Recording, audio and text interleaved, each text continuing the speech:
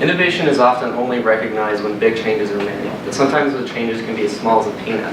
And nobody understood a peanut quite like George Washington Carver. George Washington Carver was the first African-American student here at Iowa State, and he studied agronomy.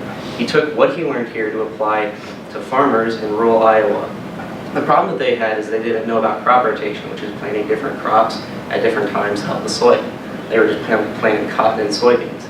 So he taught them how to use crop rotation with peanuts. And it helped at first, but there was a large surplus of peanuts here, and no one knew what to do with them. So what Carver did was he devised hundreds of different ways to use peanuts, such as paper and soap. His devotion to helping these people was immortalized not only through his research, but through art on campus. As you can see here, you've probably all seen this before. It's in between Carver and Beardshire, right outside of Carver Hall. It's a about 7 feet tall statue. Carver himself here is only about 3 feet tall. The stone base makes up the rest of it. It's quite large. It's made out of metal, bronze metal, and it has a semi-gloss finish to it. And you can see he's standing upright, proud, with a suit on, with his arms clutched in front of him, like so, with the left over the right. Now, in his right hand is actually something extremely interesting. It's an object, small, looks natural, doesn't look man-made. But nothing about this piece is an accident. Christian Peterson, many of you also probably learned about him, was our resident artist here at Iowa State. He initially created this piece as a stone plaster outside, or actually inside of Carver, and it was then recast into bronze and moved outside so everyone could see it. He was very meticulous and detail-oriented.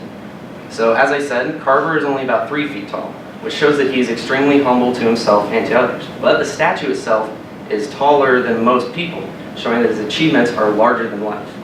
His suit isn't tailored. He didn't care too much for material objects, but he wanted to be professional and presentable. The object in his hand, actually, is a peanut sprout. And you can see he's holding it in soil, almost gingerly as if he's about to plant it in the ground. This shows that his research, as he's an old man in the statue, is over, but he's planting the seed for all of those to come to carry out his legacy. His research and dedication is the embodiment of ISU, so there's no doubt why we put a sculpture of him here on campus. Thousands of people pass this statue every day, and only a few know what it is and what Carver did. But those few can find inspiration from him. This man was born into slavery, and he was able to rise above his handicaps and make a difference to others in his entire life. He didn't let his handicaps define him. And many students here have the same thing. They have overcome so many obstacles, so many handicaps, just to get to where they are. And they need to know that this statue can teach them that their shortcomings aren't what define them. It is what they've done with their hard work and dedication. And ISU recognizes what Carver did for others and has immortalized his work here on campus. Carver spent his life applying what he learned at ISU to improve the lives of others.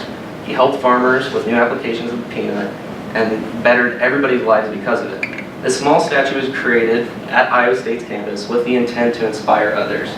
Anyone who can look upon the sculpture can find inspiration to help around them. Carver's love and dedication was larger than life, even though he changed the world with something as small as the peanut.